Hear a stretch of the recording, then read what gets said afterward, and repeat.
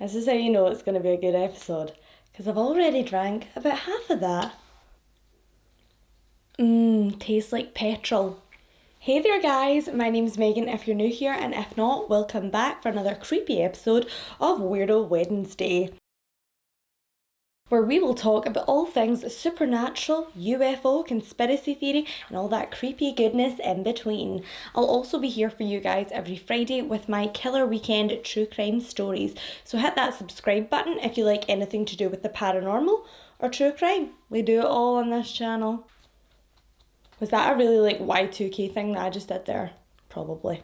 So, how have you been? What have you been up to? Tell me your gossip. Have you any gossip? I need to talk to people. It's been too long, I've been locked in my house. I just want to say a big massive thank you to everyone who has subscribed to my channel. Like I said in my previous episode, I will be doing these episodes a little bit more sporadically, but I will be here for you guys every single Friday. You can count on me. And yeah, I'm just buzzing that I can finally do this episode. I've been really wanting to do this topic for a long time, and it's just been finding the time to record. So I'm absolutely buzzing. I cannot wait. I think I said that before, but that's a Red Bull talking probably. Now, even though I'm into all things scary, all things spooky, all things true crime, I don't like to tempt the supernatural, you see, because I do believe in demons, and I don't like demons. They creep me out. I don't want to invite them. I don't want to know them. I don't want to play chap chap, run away.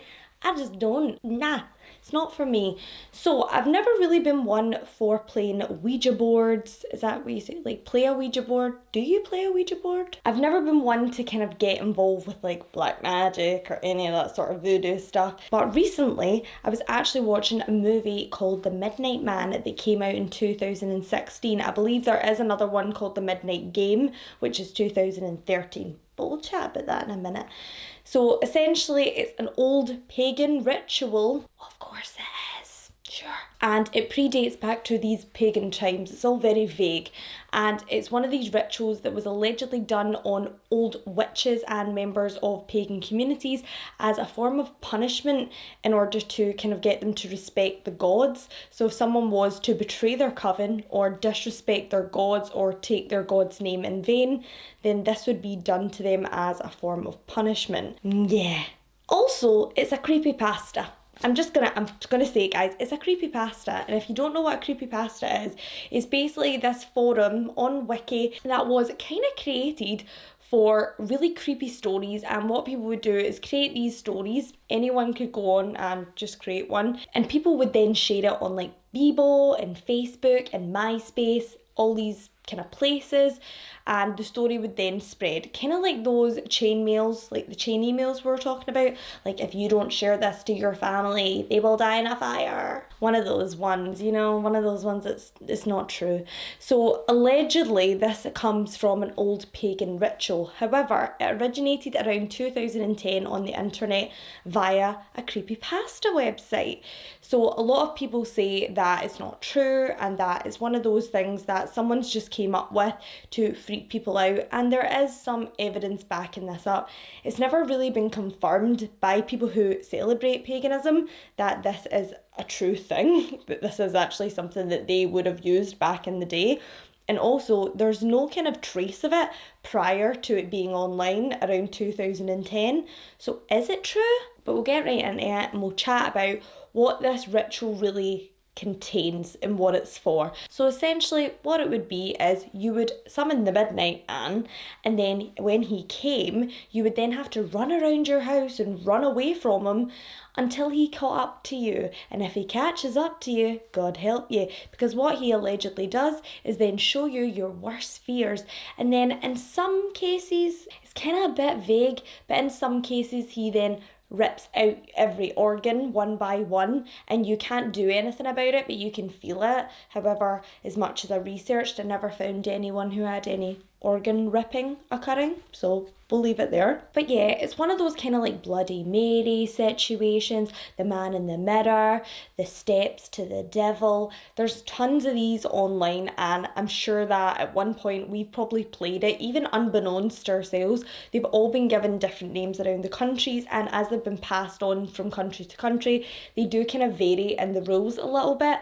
I mean, I tried to find one for ages that I remember this boy in my school made me play with him, and it was kind of like you stand back to back and then you take, I'm sure it's like 29 steps or 99 steps, and you walk away from each other and then you face each other, and one's supposed to look like the devil. Is that a game? Let me know if you know what that game is, because I cannot remember. I'm old, okay? She's not all what she used to be. Actually, let's go off track for a moment. There was actually one that was called Hide and Seek with a doll. Not my thing at all, but it was absolutely terrifying. It was essentially you inviting a demon into a doll of your choice, but it had to look creepy, because it just had to. And then you hide in a cupboard and hope she doesn't find you. Oh, also, the real kicker is that you leave a butcher knife outside the door, and then she hopefully will grab it and come and stab you. Sounds wonderful. I believe it was probably one of those things that it was just something to keep girls entertained during the slumber parties and to give people something to talk about, because back in the early 2000s there wasn't really much going on. So anyway, I'll talk you through how you play, and if you want to play this game, I'm just saying, you're playing it at your own risk. I'm not saying that the Midnight Man is not real. Do I believe that it's an old pagan / druid ritual? No, I don't. I believe some little guy was like, do you know what I'm gonna do? I'm gonna make everyone scare themselves shitless. And he just went on his little, Mac, Windows, old PC and started typing it up, and that's what I believe happened. But yeah, we'll get into the rules and the nitty gritty, and like I said, if you want to play, go for it, but I did not say it was okay to play, so don't come chapping at my door with your demon shit, because I do not want it. Okay, first, so each player has to have a piece of paper, if you will, something to write on, and what you need to then do is write your name on it. You will also need a candle of your own, so each player will need every single one of these items to themselves. You can't share paper, can't share a candle, etc. So you'll need a piece of paper with your name written on it, and then you'll need a candle, a match or a lighter so that you can relight your candle if need be. We'll get onto that in a minute. You'll need a pin to prick your finger. Yes, one of those ones. And then a little bit of salt. I would suggest a giant tub, enough so that you could make a ring around yourself if you had to. And then a full wooden door. So then what you want to do, I mean, maybe wanna is like a really, really bad term. Then what you would do, don't know why you would, is you have to write your name first on this piece of paper, your first, middle and last, your full God-given name by your parents, and then what you would do is prick your finger, and at least one drop of blood has to go onto the paper from your hand. You can't use anyone else's blood, so don't be trying that. Don't try and like do your neighbour down the road and send the Midnight Man to his house, because it won't work and it'll just piss him off even more. Allegedly. Also, just on the side of caution, if you're going to prick your finger with like a needle or a thumbtack, please make sure you sanitize that shit first, because I don't want any of you guys going to A&E and getting gangrene in your finger. So just, boiling water, pop it in, you'll be fine. So once you have your piece of paper with your name on it and your little blood drop from your finger, that is you essentially got your creepy one-person invitation to the Midnight Man to come into your house. So that's your way of saying, come on through, the party is open. Next, you're going to have to get your candle. So you would first light your candle, just light your little candle, and then you're going to set that piece of paper on one side of a wooden door. So say you're playing with your front door as the main gateway for the Midnight Man. What you're then going to do is set the piece of paper on your front step outside your door. So you're going to set the paper, the candle on top, light the candle and set that there. Then what you're going to do is you're going to close your front door and leave all that stuff sitting outside. So if it's a windy night, maybe not the best option, do it inside, but if not, that's you fine. Once the door's closed over, that's when the real fun begins, guys. Then you have to go about your whole house and switch off every single light, because you just have to, because it wouldn't be a demon if the lights were turned on. So you have to switch off every single light in the house. everything. Can't have TVs on, can't have a little side lamp, can't have a ring light, nada. And then what you're going to do once you've got all your lights switched off is you're going to start chapping on that door. So what you're going to do is stand in front of the door with all the items on the other side, have the door closed, and then you're going to knock for a series of 22 knocks. However, it's not as easy as it sounds, because the last knock has to chime exactly as midnight chimes as well. So it's actually a wee bit harder than it seems. I guess that's kind of right, because you're supposed to be summoning a demon, you're not baking a muffin. So I guess it makes sense that it's a wee bit harder than it seems. So exactly as midnight chimes, that is when the 20-second knock should ring out. If you do it before, you do it after, it won't work, and sadly the midnight man will go to another home and not yours. As soon as you've done the last knock, then what you're going to do is open the door. Your candle should still be sitting there lit, and you're going to take the candle and you're going to blow out your own candle. And then what you have to do is relight that candle within 10 seconds. And this is where we'll get onto the fun part, the rules of the Midnight Man game. Okay, so first we mentioned the candle. The candle is essentially your guide through the game. So your candle has to be lit at all times. If for any reason your candle should blow out by the wind or your own breath or just by general nature, then what you have to do is relight your candle within 10 seconds with the matches or the lighter that you've got on your person. If you do not manage to relight it within those 10 seconds, then the Midnight Man will come find you. So what you're supposed to do is take your little bit of salt, draw a circle around yourself, and then you need to sit or stand in that circle for the remainder of the evening until 3:33, when the Midnight Man will then take his leave. So yeah, if your candle goes out, you really want to be lighting that quite quickly. Also, this is a good way for you not to break your neck, because you're wandering around a dark house. It's not going to be a good thing for you if that candle goes out. And the reason you need to relight that candle so quickly is because if your candle blows out, it means that the Midnight Man is nearby and he's the one who's blown it out. So a lot of people say that during the game you will experience kind of cold spots and things like that, and it's that kind of draft that will then blow the candle out, and that means the Midnight Man is near, and you better get your candle relit and haul ass into another room. Essentially what you're trying to do is just move around your whole house and have this guy not catch you, essentially. If at any point during the game you're hearing noises, you're getting really scared, and you're thinking, do you know what, we'll just switch the lights on and that'll be it. No, my friend, because that just means you've forfeited the game and you've given the Midnight Man an open invitation to your home whenever he wants, and then you'll have to play the game again in order to win the game and rid yourself of the Midnight Man. Just don't switch your lights on until 3:33 a.m. is been and gone. You also can mock the Midnight Man, so no saying that he's not a real person, because that would piss him right off. You also can't have a flashlight on you if you're going for that whole vibe. There's other things you really can't do, probably wouldn't do. You can't go to sleep whilst you're playing the game, as if you would. And also, like we mentioned before, you can't write someone else's name on the paper and use their blood, or use their blood in your name. So if you're a bit of a wimp like me and you don't like pricking your finger, you don't like needles, then this game is not for you. However, if you're in the home, even if you do not write the name, even if you do not light your own candle, so say for example, you're in your own home and you decide to play this game, well, your little sister who's sleeping down the corridor, she's still involved in the game.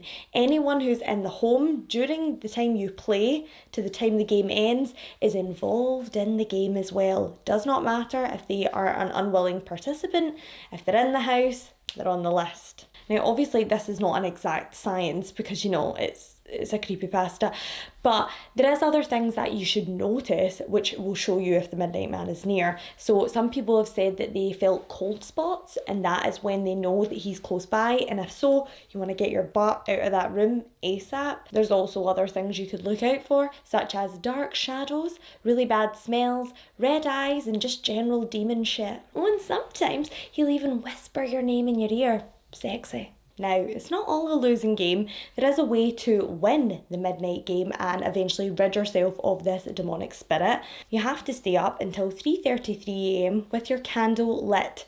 You can't have it switch off for longer than the 10 seconds, and you can't be sitting in a ring of salt. That is essentially you kind of waving your white flag and surrendering to this dude. So if you manage to stay up, stay moving around the house and keep your candle lit until 3:33 a.m, then well done. Well done you. You've beaten the Midnight Man. However, even though you've already won the game, there isn't really any winners in this, and he will allegedly always be watching you. Lovely. Sounds absolutely delightful. Now, the more I looked into this, the more I was like, is it true? I'm terrified just reading up on this. Is it true? But there are a few stories of people on Reddit that have said they've done it. Now, obviously, I know from true crime, you need to take everything said on Reddit with a pinch of salt. There's just some people just word vomit, just saying whatever they feel on that. But there is some people that have experienced absolutely everything. And then there's some people who have experienced absolutely nothing. So I'll just give you both sides of the coin and you can make your own judgments on whether you think it's true or not. So I read one story and the guy saw kind of red eyes, the dark figures. He said he heard someone banging on the walls in threes, you know, really, really scary stuff. And then one guy, one guy actually said that he was hiding in some sort of greenhouse that was based in the middle of the house. So I assume it's kind of like an aviary. Like if you've ever seen When a Stranger Calls and the family are so rich, they've got this weird like Zen garden in the middle of their home, you know, just upper class white shit.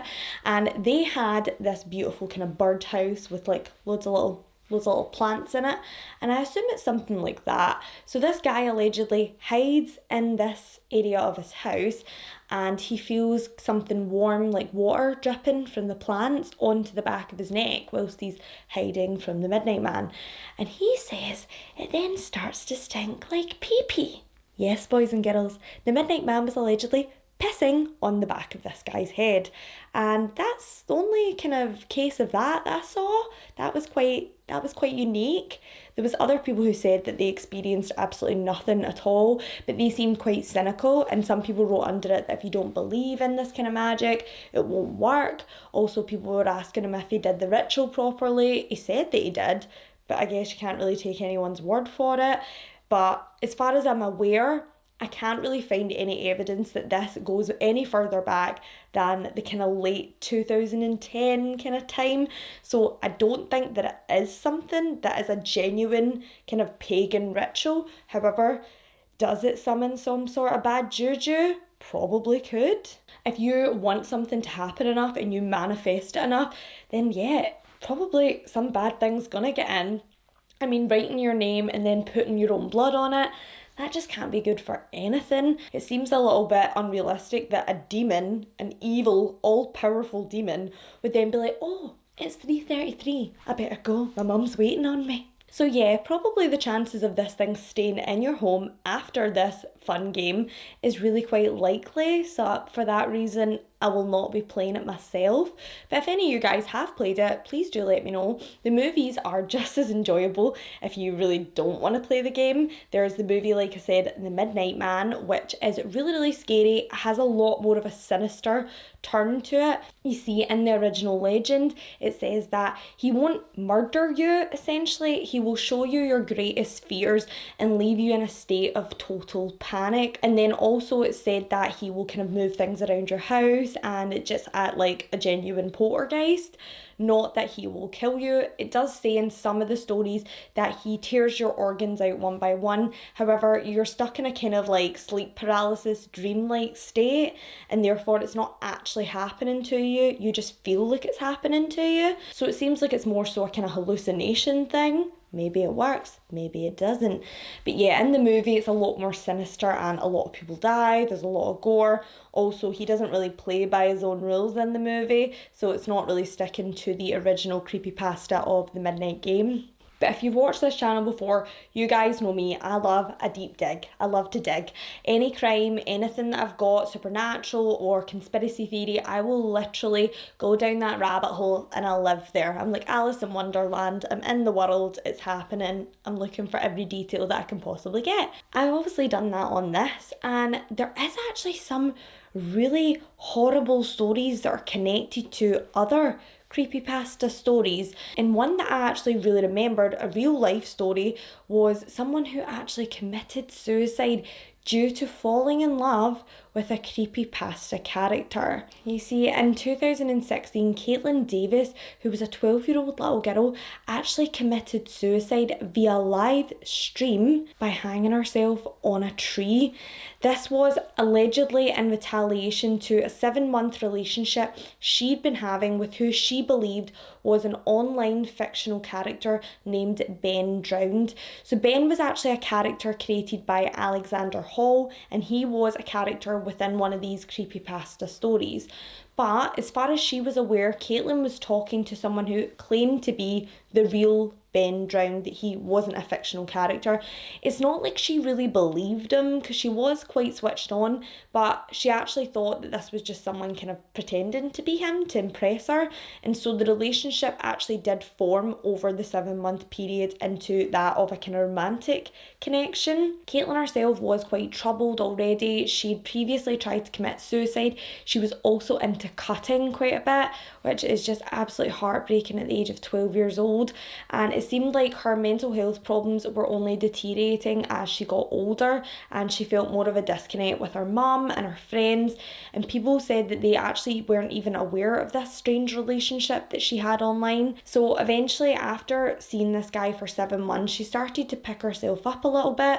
She had that connection, so she had someone she could speak to when she was feeling low, and someone who she felt understood her. And this is actually super sad, because all of a sudden, one day after 7 months, Ben just goes ghost. He doesn't respond to any of her messages. She tries to get in touch with him and she's met with radio silence.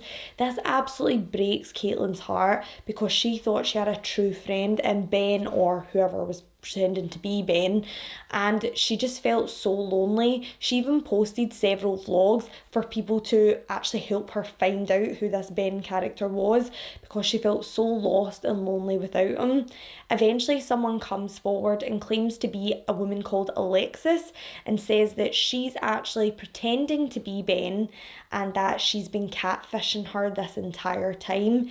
Caitlin's devastated, and it's so sad, because she also was seeing a 20-year-old dude at the same time who was said to be extremely controlling and very violent towards little Caitlin. Now bear in mind, she's 12, he's 20, so there's not a relationship there. He's a paedophile and he's grooming a 12-year-old. Her boyfriend's name was allegedly Luke, and on the day she died, she was supposed to be Skyping Luke and then Skyping whoever the real Ben was, because he had gotten in touch with her that day and said he was finally ready to show her his true self. So no one quite knows if this Skype went ahead. There's not been anything really released in the public about it. And then on the 30th December 2016, she took her life by hanging herself from a tree via the streaming website Live Me. And thousands of people shared this. I remember it. It was all over Facebook. Someone actually sent me it on like a Facebook Messenger. And I don't even know who that person was. Like, this is how big it was. It was like one of those chain emails, and it said that her ghost was like haunting the internet. It was really scary. I never watched it. I think I watched like 2 seconds and then realised what it was and just shut the computer off, because I didn't want that on my computer. But it was just so creepy at the time. And to know that the mystery of who Ben really was and who this Alexis was, who claimed to be catfishing as Ben, actually died with her, and we'll never know who those people were. So yeah, it's quite creepy. You do see quite a lot of people in Reddit and on Wiki pages asking, trying to track down who these people were, but I don't believe that they were ever found. Many people actually even say that it was perhaps something more sinister, and maybe it was some sort of dark entity on the web trying to persuade Caitlin to take her own life. This tragedy aside, I kind of think these stories are probably, a lot of them are just fiction, just plain fiction. They all started in the kind of dawn of the internet when people were, sending emails and on Bebo and MySpace, and people didn't really have a lot to keep them entertained. And this was the first kind of scary thing that people could do with the internet. And also the fact that a lot of these emails and messages were anonymous, it just makes it that more creepy and that more spooky. But yeah, I don't really believe that it's like old kind of stories from back in the day when Jesus was walking about. I just don't buy that. I think it's probably, like I said, some dude in his basement and he's bored and thinking, what can I create today? I do also think that the people who create these stories maybe should be on some sort of list just then. Nothing mean, no judgment. Do let me know if any of you guys have played any of these creepypasta games and your experiences with them. If any of you guys have done Ouija boards, or any of you have played the Midnight Game, or if any of you actually remember what that game I was talking about earlier where you stand back to back and you do the 29 or 99 steps. Let me know if you remember what that one is as well, because that really haunts my dreams. On the topics of creepypastas as well, this week's Friday Killer Weekend episode will also be on a true crime that was inspired by a creepypasta character.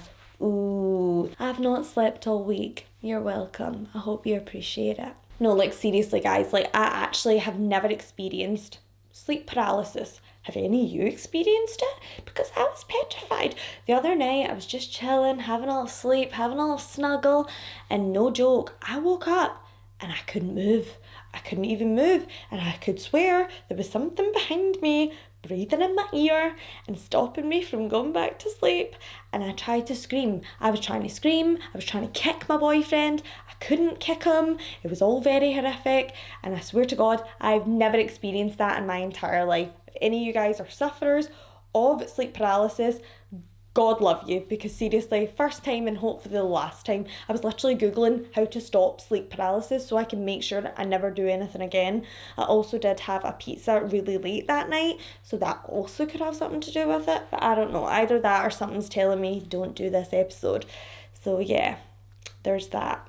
But anywho, on a positive note, I hope you beautiful wee people have enjoyed this week's episode. I love you all so much. Thank you for tuning in. I can't wait to see you again on Friday for our spooky killer weekend with a little side of the Slenderman. Ooh. If this is your first time watching and you're thinking, I don't mind this chick, she's not as annoying as I thought she was going to be, then please hit that subscribe button. Like I said, I'll be here for you every Wednesday on and off, and every Friday permanently. Please do give us that thumbs up, hit the notification bell so you don't miss me, because I miss you when you're not here. Also feel free to follow me. Not home, Mr. Demon. I promise I don't want that. On Instagram, at Megan True Crime. I also have a TikTok page at megan.truecrime. If you want to see what I got up to on a daily basis, then please do subscribe to my personal vlog channel. The link for that's in the description box below. So it's a farewell from me, a big kisses to you, and remember, have the best happy hump day, and don't go summoning no demons, okay? Your mum told you, don't do it, it's naughty. Mum knows best. What you want to do in your own time, it's up to you. See ya! Yeah!